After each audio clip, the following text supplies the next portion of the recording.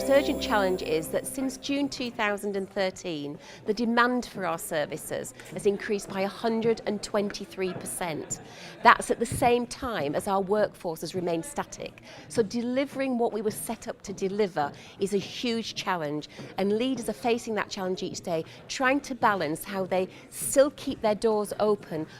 for people that are coming through in absolute hordes today, and how they actually don't overwork their teams. The two things that struck me were basic management skills in small charities. So we talk about leadership, but actually in some smaller organisations that are maybe in the startup phase, the basic back office management stuff is actually quite a big challenge.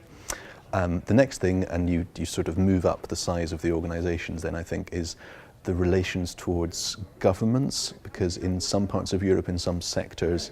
the voluntary sector is kind of struggling to have a positive voice to speak for the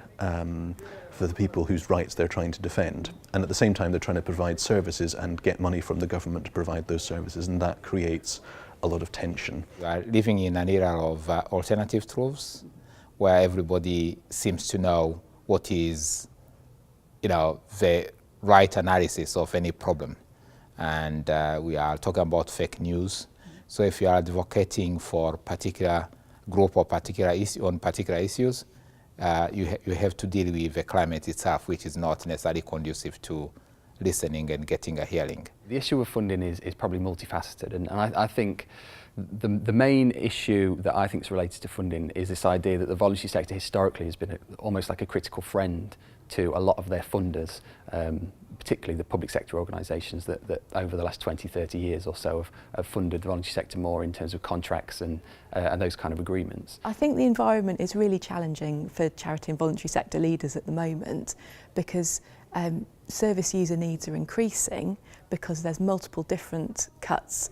of different services are happening which affect the same service user, and whichever organisation ends up looking after that service user is therefore looking after someone that's got a lot more complex issues that need dealing with, and so demand's going up quite a lot.